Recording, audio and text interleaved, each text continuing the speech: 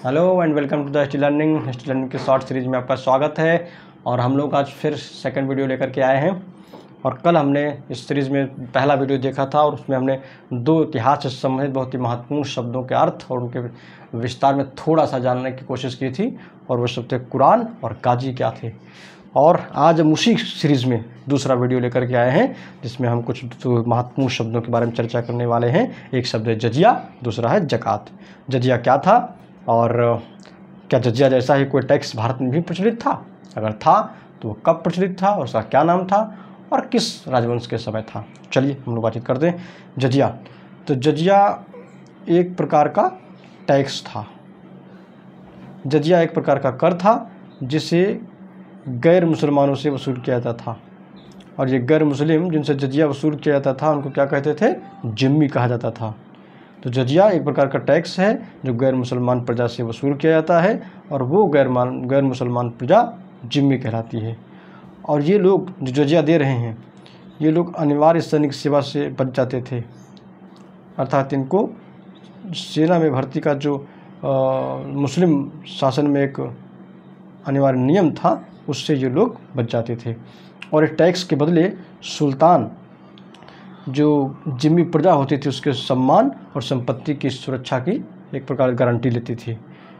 तो ये जजिया एक प्रकार का टैक्स है जो इस्लामिक राज्य में गैर इस्लामिक प्रजा को देना होता था और ताकि वो अपने मान सम्मान और संपत्ति की सुरक्षा के साथ में रह सके। अगर वो जजिया नहीं देते हैं तो उनके संपत्ति अर्थात उनके सम्मान को खतरा हो सकता है।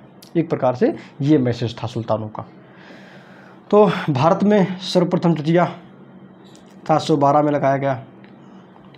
कहाँ लगाया गया? सिंध में लगाया गया। और किसने लगाया? तो ये मोहम्मद बिन कासिम ने लगाया था। मोहम्मद बिन कासिम।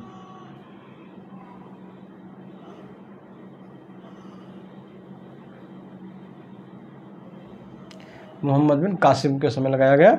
और मोहम्मद बिन कासिम ने जब सिंध पर अटैक किया था तो सिंध की राजधानी दाभोल में अर्थात देवल में सबसे पहले जजिया का आरोपण किया था। चलिए, भारत में भी एक ऐसा ही कर गढ़वालों ने तुर्कों पर लगाया था। अर्थात भारत में भी जजिया जैसा ही एक टैक्स प्रचलित था और उसका क्या नाम था? तुरुस्क दंड।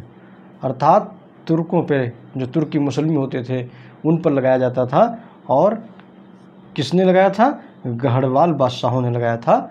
और ये गढ़वाल सुल्तानों का टाइम पीरियड कब है? ये करीब 12वीं शताब्दी का समय है।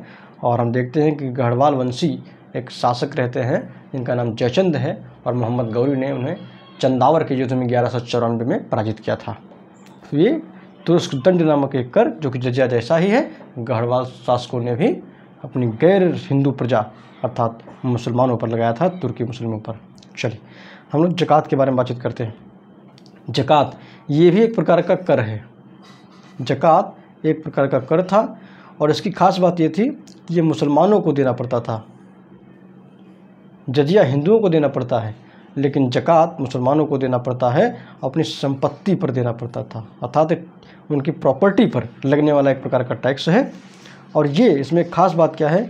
ये मुसलमानी राज्य में ही मुसलमानों से वसूल किया जा रहा है, अर्थात मुस्लिम शासन में मुसलमानों से एक टैक्स वसूल किया जाता है जिसका नाम ज़कात है।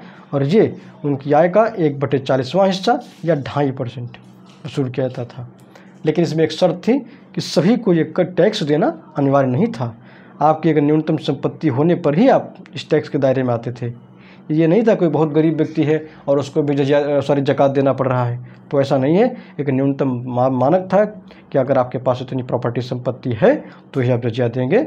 और उस जो न्यूनतम संपत्ति का मानक था या न्यूनतम संपत्ति थी उसको निसब कहा जाता था। तो चलिए, और जिन हमने कहा कि ये संपत्ति पर लगाया जाता था, तो जिन वस्तुओं पर ये लगता था या जिन जिन चीज़ों पर लगता था उनमें सोना, चांदी, मवेशी अर्थात पशु और व्यापार। अगर आपके पास पशुओं की ठीक ठाक मात्रा है, सोना चांदी की ठीक मात्रा है, आपका कारोबार अच्छा, व्यापार अच्छा है, तो फिर आप उस पर जो है राज्य को 1/40वां अपनी इनकम का जो अपनी प्रॉपर्टी का हिस्सा होगा या 2.5% जो भी होगा वो आपको सुल्तान को देना पड़ता था। तो चलिए आज हम लोगों ने पढ़ लिया जजिया और ज़कात। और नेक्स्ट वीडियो में हम लोग कुछ नए शब्दों के बारे में बातचीत पढ़ेंगे और आप इसको पढ़िए, लेक्चर सुनिए। ये 4-5 मिनट का वीडियो है, आप इसको बड़ी आसानी से तैयार कर सकते हैं। 2-3 बार सुनेंगे फिर आपको ये चीज़ें याद हो जाएंगी। और अगर कोई क्वेश्चन आपका फंसता है और इससे रिलेटेड कोई चीज़ रहती है तो उस पर हम लोग विस्तार से बातचीत करेंगे। आप कमेंट सेक्शन में कमेंट कीजिए, अपना सुझाव दीजिए। Thank you.